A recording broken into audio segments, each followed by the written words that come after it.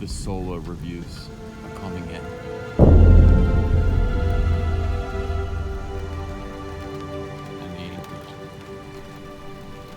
I mean, 73%. I got a 73% on a math test once, and my dad told me to go get his belt. I don't... What is this? Oh my god.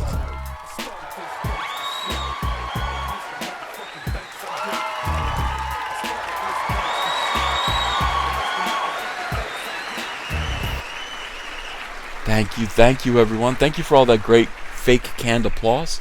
I really do appreciate it. You know, you guys always sound exactly as enthusiastic every day for every video as you always do. That shows audience retention. Welcome to Comic Artist Pro Secrets. My name is Ethan Van Sciver. I am a comic book artist. I have been for, let's see, 20 years and a nickel. So 25 years, a quarter of a century I've been drawing comics. And I've been a Star Wars fan for a little bit longer than that, about 40 years. And boy, it's good to be here with you. It's good to be here around people who feel the same way I do about things, who like the same things that I do. Now, I am battling a cold. I have been for almost a week now. I'm trying to get better, you know, and I'm getting there. I'm not healthy by any means, but I'm 73% better. 73% well. Now, being 73% healthy means that you might still have a hacking cough. You know, my ribs ache. You know, I still kind of have a little bit of a runny nose, a little bit of sniffles. If you're 73% well, you know, you might have a badly miscast male lead. You know, you might just feel cranky in the morning. And that is definitely the case with me. I'm being 73% better. These things are symptoms of that. But I am 87% optimistic. 87% optimistic. In the Blue Cross? I don't know what that is. Look at this. This is a frightening statistic here. 73% on the tomato meter. On the tomato meter. That is a measurement for tomatoes. And only 73% of people who have already seen SOYLO, a Star Wars story, think it is a good movie. The other 27%, that's more than a quarter. More than a quarter of the people who have seen Star Wars story. That means more than 1 in 4. So if there are 4 of you, if you take 4 friends out to see SOYLO, a Star Wars story, 3 of you had an okay time and 1 of you wanted to go jump off a cliff. That isn't good. Disney, that is not a good statistic at all. Not for something like Han Solo. Definitely not. Only 87% wanted to see the movie. Think about this. Okay, this is just people who are going by and clicking things. Now, what kind of a troglodyte goes around on Rotten Tomatoes and just clicks, don't want to see it, don't want to see it, don't want to see it, on movies he doesn't want to see? Now, I go through Rotten Tomatoes and I look at what's coming out. I don't want to see about 90% of it. But that doesn't mean I go in and click, don't want to see. I mean, that takes a special kind of motivation. Like, you know, it would have to be something heinous, like Weinstein back to start making movies again. Now, if Weinstein was going to make another movie, then I might go in and deliberately click, I don't want to see this. Now, that is the same situation that we have here. 13% of people who visit this website, they felt the need to go ahead and click, I don't want to see this. I don't want to see this. That is the soycott right there.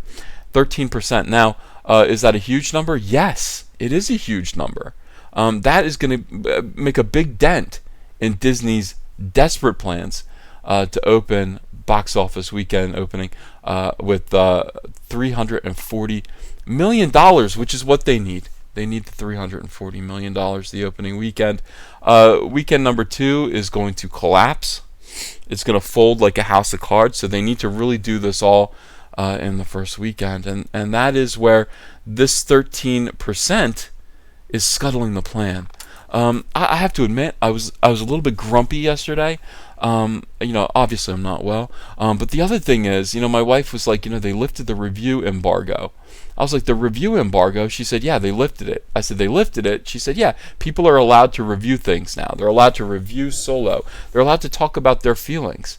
I said, Disney is letting people talk about their feelings? And she said, yeah. That made me go back to sleep for a little while. But then when I woke up, I started to read these reviews, and I really resent the fact. I'm full of resentment. I'm full of angst, personal personal angst and bile that other people get to review this movie before me. I don't think that's fair. I caught the earliest ticket, the earliest showing that I possibly could. Why do these people get to see it 2 weeks before Comic Artist Pro Secrets? Now I have to, in some way, become some kind of Disney show. That has been made abundantly clear to me. If I want to see this movie and make fun of it before anyone else, I have to become a Disney show. All right, so right down here we see NPR, Arizona Republic, Toronto Sun. These people all have nice things to say. The consensus, however, is flawed yet fun. How is having flaws fun? How is having flaws fun for Star Wars fans in particular? Star Wars fans don't like flaws. They don't like that. They're going to needle this movie and pick over it for decades. What do you mean it has flaws and yet it's fun? Guys, it's not going to be fun. It's not going to be fun. It's going to cause a lot of people a lot of pain. A lot of people a lot of pain. I'm sorry that you think that's fun. A Star Wars story should satisfy newcomers. Yes, it might satisfy newcomers who don't know anything and don't care to the saga, as well as longtime fans who check their expectations at the theater door. You got to be kidding me! How could they say this? How could they say? Yeah, it's good. Yeah, longtime fans, people who actually care. Look at this. Look at this atrocity. Look at this hate crime. Longtime fans who check their expectations at the theater door. So if you're not looking for Star Wars, but you're a longtime Star Wars fan coming to see a Star Wars movie, if you're not expecting anything out of this movie, you're gonna have a good time. That's true. I've told that to every girl I've ever dated. If you're not looking for much, I mean, we're gonna have a great time. If you check your expectations at my car door, we're gonna have a great time together. It didn't work out very well for me as a teenager. It didn't work out very well for me. Yeah. So look at this. Things do feel shaky at first, but there's spunk. Ew. There's spunk to Third Ehrenreich's delivery. Oh my God, what happened? Bob, what happened? I don't want to know. And once he settles in, a twinkle in his eye. Oh my God. Bob. Yeah. Tell it to your friends, not to the world. Bill Goody Koontz. Goody Koontz. It's got a couple of gasps, like this, like that, and a lot of action, and a built-in Star Wars audience. Yeah, built-in. We're gonna go. No, that's what you think, Bill Goody Koontz. Bill Goody Koontz, you think that they're just gonna go. You think that Star Wars fans are just gonna go to this movie because they're built in. Let me tell you something, buddy. We're also built out. We're ready. 13% of us have already checked our expectations at the door, which is we're not going. It means we're not going in. And other people are going to be absolutely outraged by this movie. I can tell, even though I haven't seen it yet. I've heard about it. I've heard Kathleen Kennedy deliberately scuttled my plan to make Enfys Nest Han Solo's mother. That was all Kathleen Kennedy's idea. She said, no. I just want a 16-year-old girl. All right, this is spoilers. I just want a 16-year-old girl to be Kathleen Kennedy. Let me do that one more time. All right, hang on a sec. Ready? Go. I just want a 16-year-old girl to play Enfys Nest. I want her to be like, that's the reveal. She's 16. Oh yeah, girl power. You know what? If Han Solo had known, and here's the other thing. You know what? Like, why? If it's a 16-year-old girl who's an absolute nobody, we wouldn't recognize her. Why does she need to wear a mask and change her voice? Why? Stupid. It's stupid. It's an outrage. Oh, she's a 16-year-old girl. Girl power. 16-year-old girls. They can run pirate squads. No, they can't. They can run cheerleader squads. That's it. This is ridiculous. None of this is real. Kathleen Kennedy, what are you doing? I had the best idea in the world, and you knew it. You knew it, and that's why you changed it. Enfys Nest should have been Han Solo's mother, of course. Of course. Instead, it means absolutely nothing. The character means nothing. I don't want to have to teach everyone all the time. I don't want to, but it feels like I do have to. Mark Daniel, Toronto Sun. Solo is also the most lighthearted and fun film so far in the expanded Star Wars universe. It's not expanded, dude. It is the Star Wars. It's Han Solo. I'm gonna look at some more critic reviews. Ray Green right away from Synagogues. I don't want to read Ray Green. Jason Gorber. Why do I get Ray Green over and over again? Why doesn't Jason Gorber gives it? Wait a second here. What is this dishonesty? Jason Gorber gives it a over a dork shelf. Jason Gorber gives it a tomato at dork shelf. All right, right away we can see shenanigans going on. There are the shenanigans. Here are audience reviews. This right here is very sinister. Action is insane. Also, all these fake accounts need to piss off somewhere else. Hey, listen. These are real accounts, I'm sure. Don't tell people to piss off somewhere else.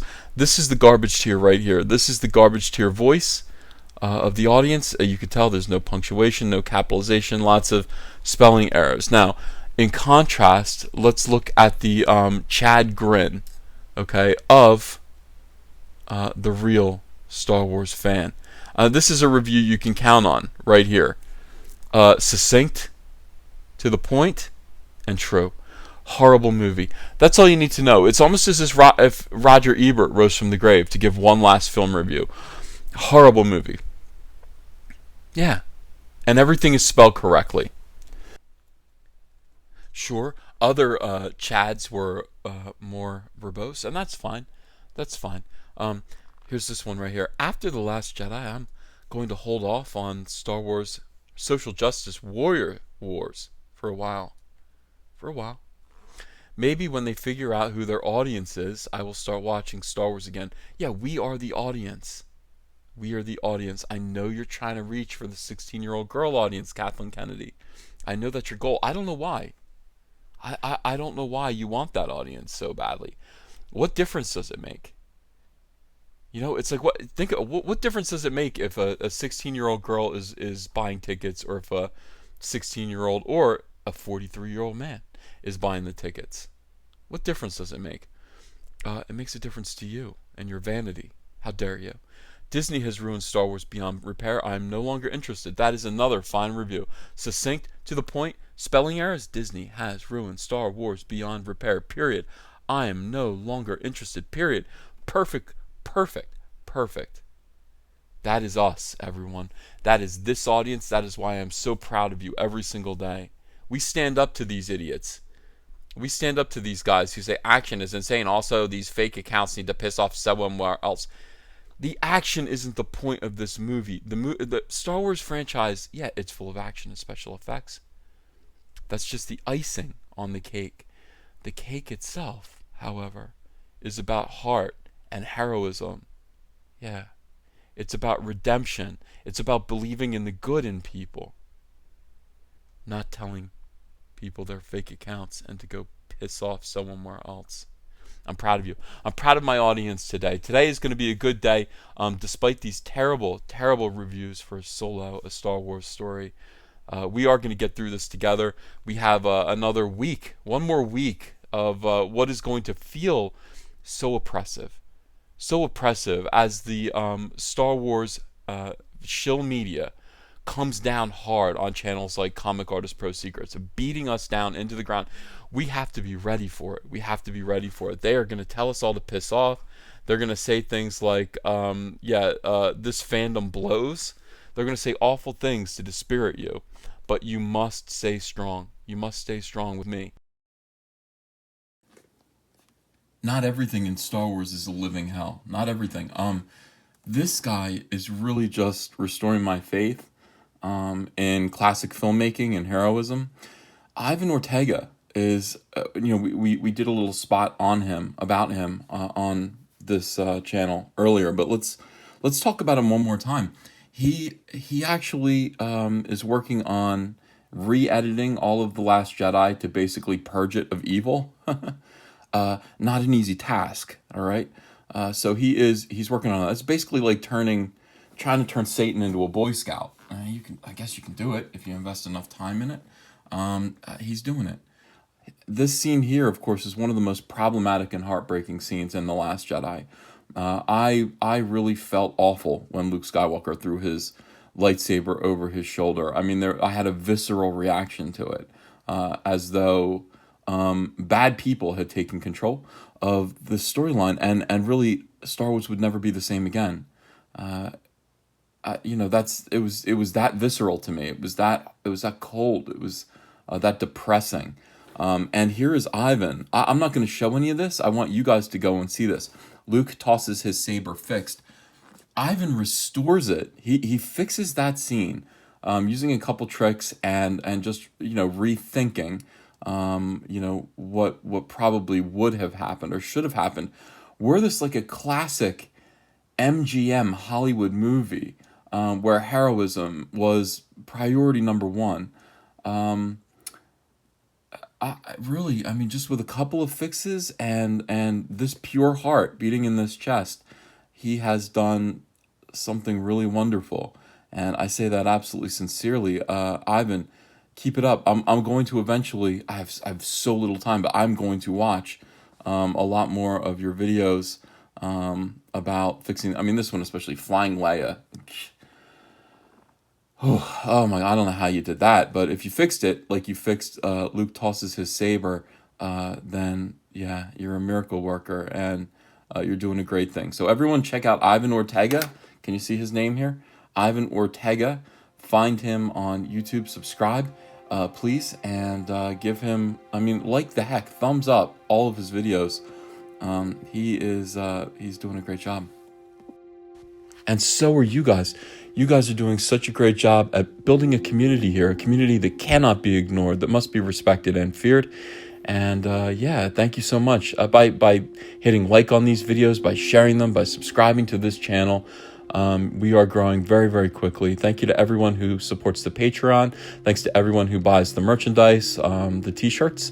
Links are in the description. Thanks to everyone who sends little super chats during the live streams. All of these things really help the channel to grow, and they really help me to continue to make and upload daily content for your amusement. So love you guys, really love you guys. Thank you. Have a great day.